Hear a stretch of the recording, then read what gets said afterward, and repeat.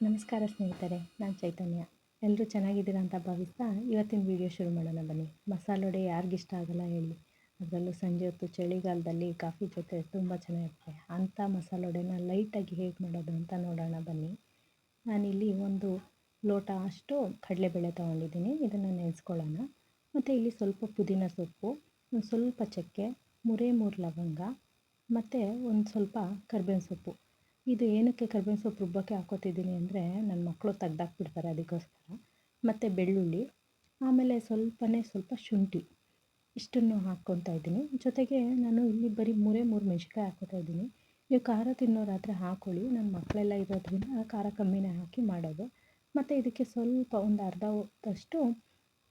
ಹೋಳಷ್ಟು ನಾನಿಲ್ಲಿ ಕಡಲೆಬೇಳೆ ಹಾಕಿ ಇದನ್ನು ನುಣ್ಣಗೆ ರುಬ್ಕೋತೀನಿ. ನೀವು ಬೇಕಿದ್ದರೆ ಇದನ್ನು ತರಿಯಾಗಿ ಕೂಡ ರುಬ್ಕೋಬೋದು. ಮಸಾಲೆ ಎಲ್ಲ ಬಾಯಿಗೆ ಸಿಕ್ಕಿದ್ರೆ ಮಕ್ಕಳು ತಿನ್ನಲ್ಲ ಅಂತ ಹೇಳಿ ನಾನು ನುಣ್ಣಗೆ ರುಬ್ಕೋತೀನಿ.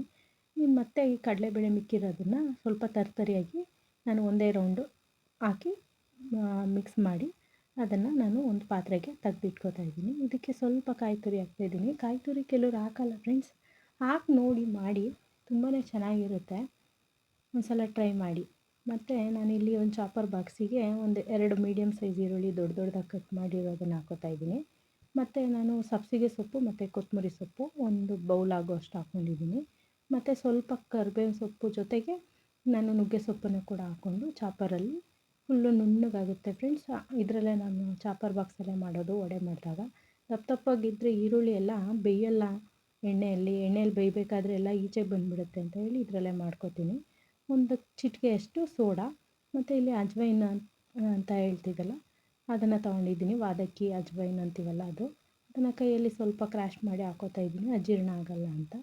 ಜೊತೆಗೆ ಒಂದು ಸ್ವಲ್ಪ ಜೀರಿಗೆ, ಆಮೇಲೆ ಸ್ವಲ್ಪ ಇಲ್ಲಿ ನಾನು ಸ್ಪೆಷಲಾಗಿ ಕಡಲೆ ಹಿಟ್ಟು ಮಿಕ್ಸ್ ಮಾಡ್ತಾಯಿದ್ದೀನಿ ಫ್ರೆಂಡ್ಸ್. ಬೈಂಡಿಂಗ್ ಚೆನ್ನಾಗಿರುತ್ತೆ ಅಂತ. ನೀವು ಒಂದು ಸಲ ಮಿಕ್ಸ್ ಮಾಡಿ ನೋಡಿ, ಚೆನ್ನಾಗಿರುತ್ತೆ ಟೇಸ್ಟು. ನಂದು ಸ್ಪೆಷಲ್ ರೆಸಿಪಿ ಇದು. ಸೊ ಹಾಗಾಗಿ ಒಂದು ಸಲ ನೋಡಿ. ಇಲ್ಲಿ ಎಣ್ಣೆಯನ್ನು ಕಾಯಕ್ಕೆ ಇಟ್ಕೊಂಡಿದ್ದೀನಿ. ಅದನ್ನು ಚೆನ್ನಾಗಿ ಎಲ್ಲ ಮಸಾಲೆ ಒಂದಕ್ಕೊಂದು ಇಟ್ಕೊಳ್ಳೋ ಥರ ಕಲಸಿಟ್ಕೊಂಡು ಇದನ್ನು ಎಣ್ಣೆಯಲ್ಲಿ ಹಾಕ್ಕೋತಾ ಇದ್ದೀನಿ ಫ್ರೆಂಡ್ಸ್. ಕಮ್ಮಿ ಉರಿ, ಫಸ್ಟ್ ಎಣ್ಣೆ ಕಾಯೋವರೆಗೂ ಬಿಸಿ ಆಗೋವರೆಗೂ ಜಾಸ್ತಿ ಉರಿ ಇಟ್ಕೊಂಡು ಆಮೇಲೆ ಕಮ್ಮಿ ಉರಿಯಲ್ಲಿ ನಾನು ಬೇಯಿಸ್ಕೊತಾ ಇದ್ದೀನಿ ಫ್ರೆಂಡ್ಸ್.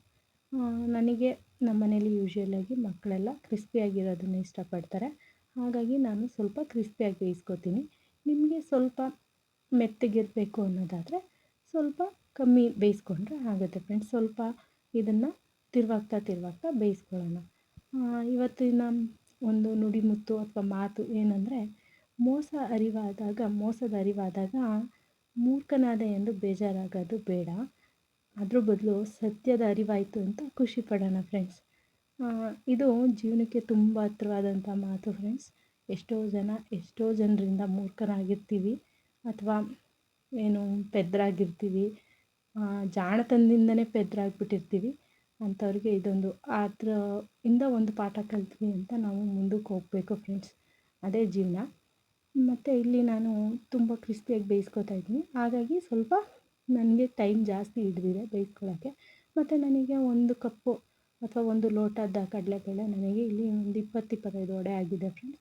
ನೀವು ನಿಮ್ಮ ಮನೆಗೆ ನೋಡಿಕೊಂಡು ಇದೇ ಕ್ವಾಂಟಿಟಿಯನ್ನು ಡಬಲ್ ಮಾಡ್ಕೋಬೋದು. ನಾನಿಲ್ಲಿ ಮಸಾಲ ಎಲ್ಲನೂ ಸ್ವಲ್ಪ ಕಮ್ಮಿನೇ ಹಾಕ್ಕೊಂಡಿದ್ದೀನಿ ಫ್ರೆಂಡ್ಸ್.